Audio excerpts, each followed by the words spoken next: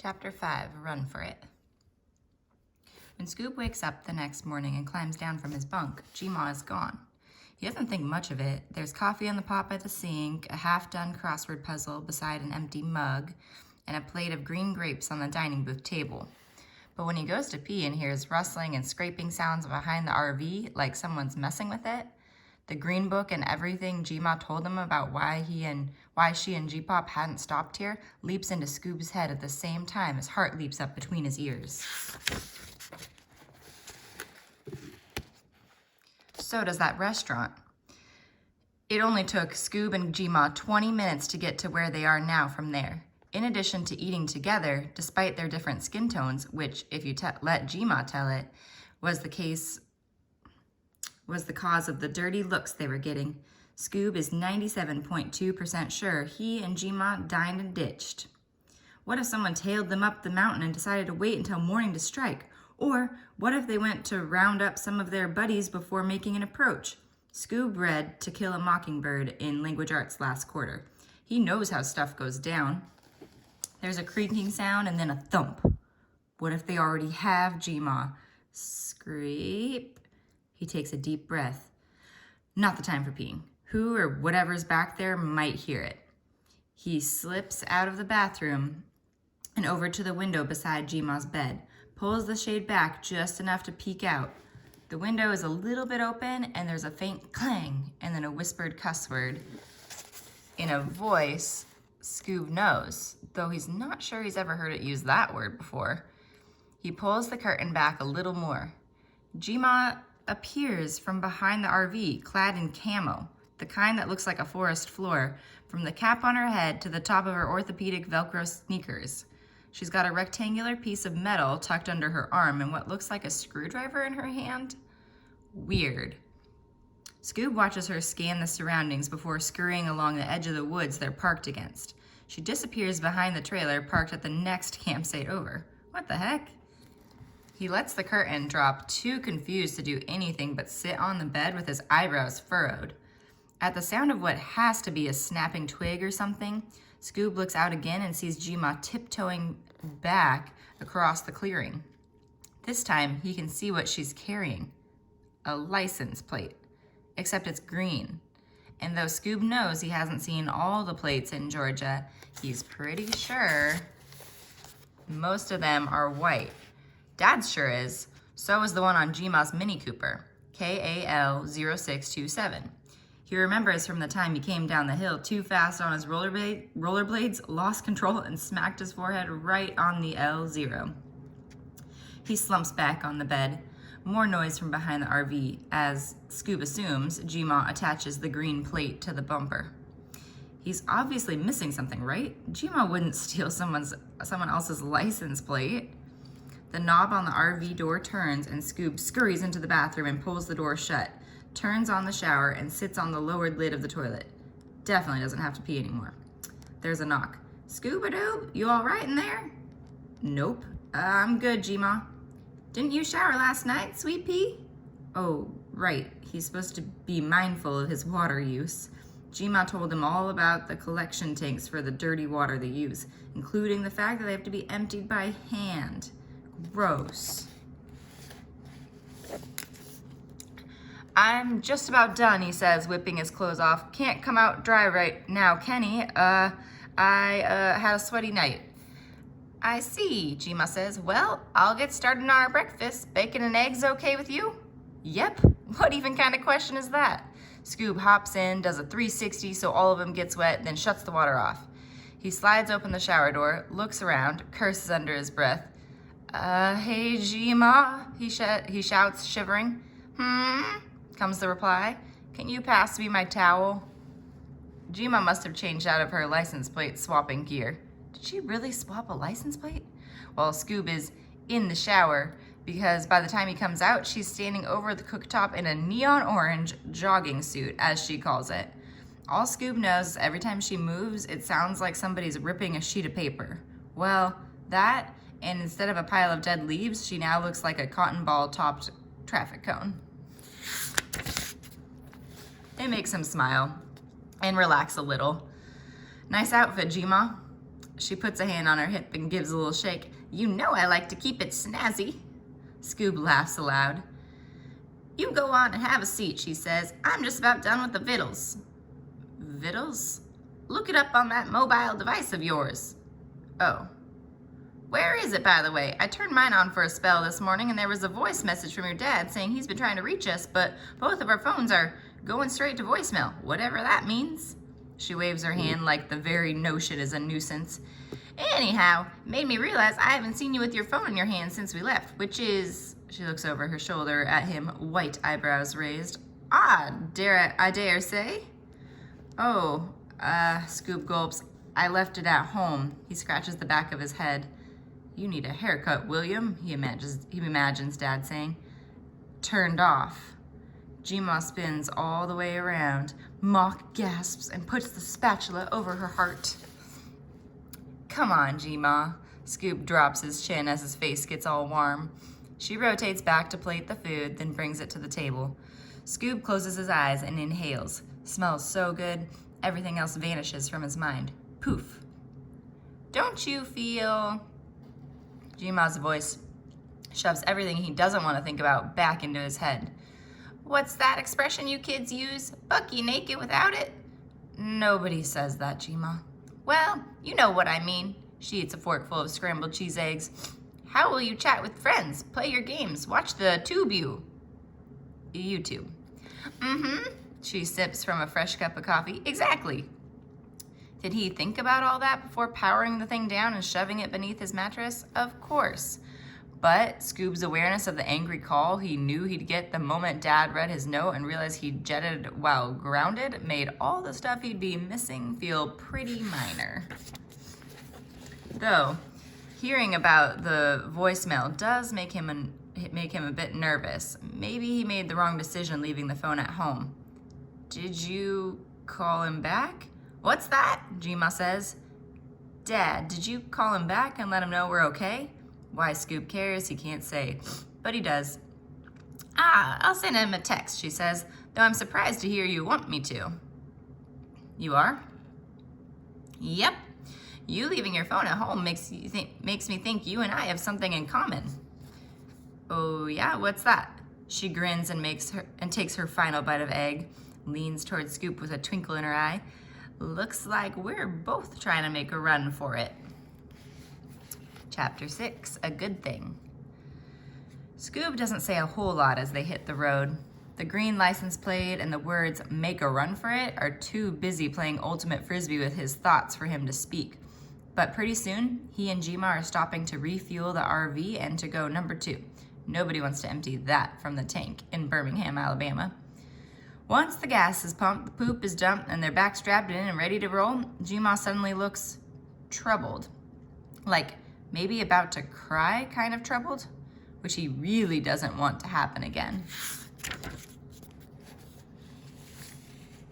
For one, he's already got too much on his head. And for two, it makes him super uncomfortable when Gma cries because he doesn't know what to do. Gma, you okay?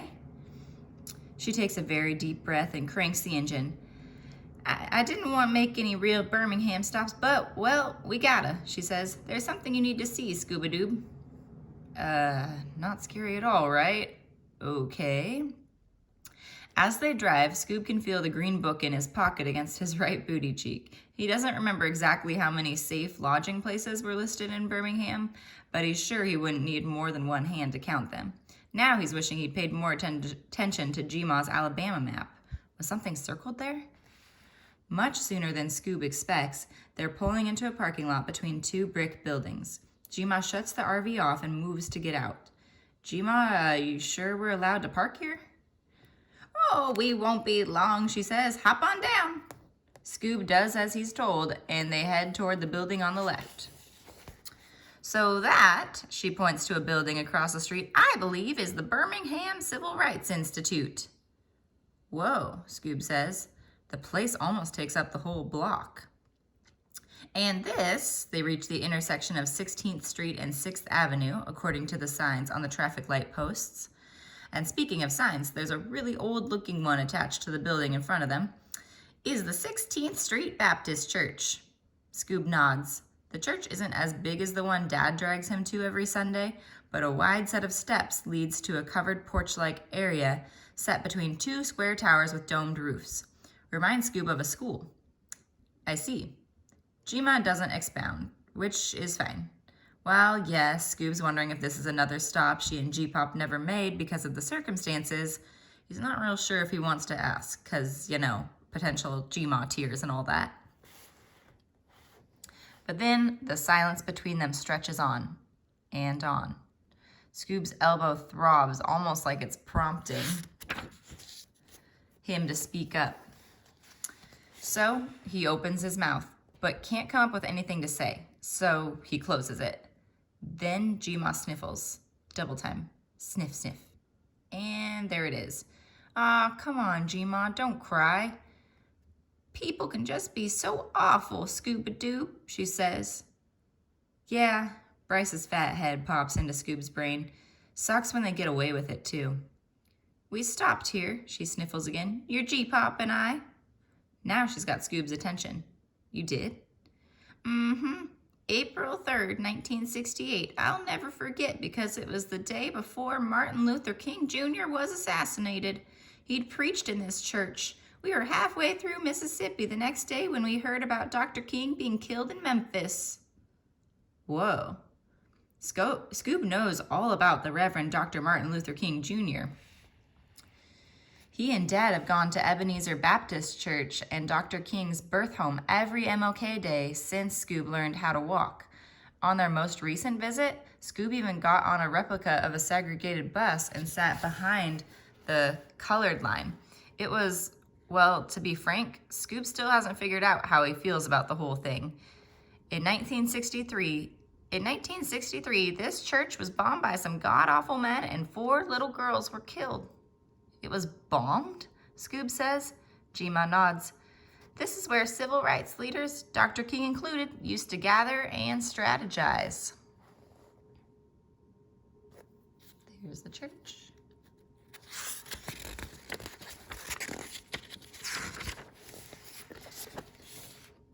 The same idiots who didn't like seeing your grandfather and me together weren't real keen on black folks having the same rights as white ones. This church stood for something they didn't like, so they tried to blow it up. She shakes her head. Your G-Pop and I were never religious, but we felt we had to stop by and pay our respects as we were passing through here on our trip. He stayed in the RV and I just stood here on the sidewalk like you and I are doing, but seeing the place with our own eyes. Speaking of eyes, Gma's narrow and her sunshiny old face suddenly reminds Scoob of a raging storm cloud, like lightning flashing in it and everything. 39 years, she says. Took him 39 years to convict that hateful man who killed those little girls. Can you believe that? Scoob's 84% sure she's not talking to him anymore, but knowing what he knows, he can't say he's surprised. Meanwhile, they locked my Jimmy up and threw away the key without a second thought, and he didn't kill anybody. Now Scoob's 100% sure she's not talking to him, 110% even. And I just let him. Gma's crying for real now. She wipes her nose on her neon orange jacket sleeve. He was a good man, and I let him. More tears streak down, and she shakes her head. I shouldn't have. It wasn't right. I could just go back and fix it. Now she's wringing her hands, which are shaking. It freaks Scoob out a little. Was there something fixable about G-Pop going to prison? Why does Scoob feel like there are bugs crawling all over him now? Gma? He touches her shoulder and she jumps. He has to catch her upper arm and waist to keep her from falling. Whoa, you okay? She looks at him like she's seeing a ghost, eyes wide and scared, and she's trembling. Gma? She stares at him for a few seconds that feels like eternities, then blinks a few times and seems to come back to herself. Her eyebrows tug down and she slowly pulls her arm away and rights herself. William, what are you? She looks around. Oh my! Dusts her jogging suit off. Well, well. Stands tall, well, as tall as one can at 4'11", lifts her chin. Let's get a move on, shall we?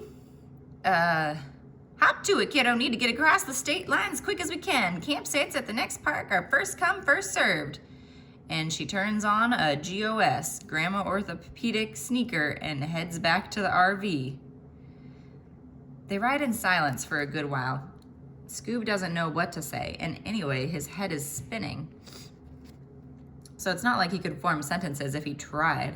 Someone tried to blow up a church with little kids in it? Also, what did G-Ma mean about fixing whatever happened with G-Pop? Then there's the whole license plate thing. Scoob looked. There's definitely a Vermont tag on the Winnebago now, which is strange enough to think about without considering G-Ma's use of the phrase make a run for it, and yet that's dancing around in his mind too.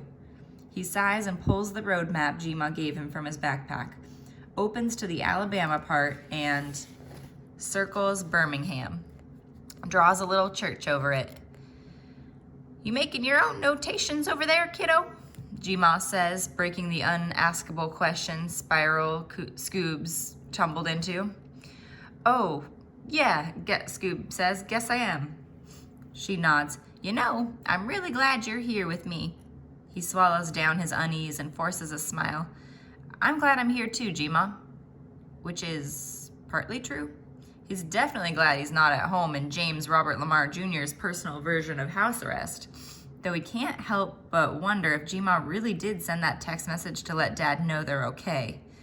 Why he's thinking about this now, he couldn't say, but he's gotta ask. G-Ma, did you ever... I wanted to take this trip with your daddy, she says. You did? Why he's surprised, he doesn't know. Dad is G-Ma's son. For years I wanted to, she says, but I never did. Never mentioned it to him. Why not? Couldn't muster the courage, she says. Didn't want to face the questions I knew he'd ask, especially about your G-pop. She shakes her head. Now Scoob's uncomfortable again, and he's just figured out why. Ever since they were at the church, she's been telling him stuff she normally wouldn't, almost like they're friends instead of grandma and grandkid. It's one thing to talk to somebody his age as a friend. He and Shanice obviously talk all the time. But a grandma? Grandmas are even more grown up than regular grown-ups. How is he supposed to even respond? Anyway, for a minute at that Yankee restaurant, I felt like he was with me. Took me right on back. Scoob is confused now. What do you mean, G-Ma? The way those people were staring at us, the man with a face the color of a pig's rear end, and the ugly woman with the hooked nose? Scoob can't help but smile at her descriptions. There was a brief moment when I looked at you and I saw your daddy. She turns and her blue eyes rove over Scoob's face in a way they never have before. When your daddy was a little boy and he and I would go to different places, people were usually nice to me, but crummy to him, she says. And when they'd find out he was my son, well, let's just say I've seen the nice to nasty switch flip a few more times than I care to think about. There was one time, your daddy was about 5, I think. He and I were a few towns away from home because I'd gone to interview for a teaching position at a new school and couldn't find a babysitter. Anyway, we go in this grocery store and Jimmy was upset because I told him he couldn't have candy or something. Typical kid stuff. She waves her hand like, no big deal. He was pulling on my dress and whining a bit, and this store owner comes over with a wooden paddle and says, "This little N-word bothering you, ma'am? I can take care of him." Except he said the word. Scoob's eyes go wide. I'll never forget it. Your daddy was hiding behind my legs, scared out of his wits at that point. When I kindly told the man that Jimmy was my son and we were just fine, thank you very much, the old buzzard looked at me like I had cursed his mama. And kicked us plumb out of the store. Can you believe that? I mean the nerve of that man. As G-Ma seethes, Scoob stares at her little hands on the steering wheel, then down at his own, where his are the color of a kind of old penny. Hers, though brown spotted, are so pale he can see the blue of her veins. And it's not like he never noticed before. It just feels like a big deal than he knew possible. Scoob, after all, is darker skinned than his dad. Why does it feel like everything's changing super fast? You're an incredible kid, you know that? Gma says out of the blue. Thanks, I guess. You remind me so much of him. Of my dad? Which is not a compliment as far as Scoob is concerned. She shakes her head. No, she says, of your G-pop. Oh. The sudden switch is disorienting, but Scoob tries to go with it. Gma's smiling, and yes, it's clear from the past 12 hours there's a lot Scoob doesn't know about his grandfather. But still, the guy spent most of his life in prison, somewhere Scoob never wants to go. One thing is for sure, no matter how many nice stories Gma has about James Robert Lamar Sr., Scoob is not so sure being like him in any way is a good thing.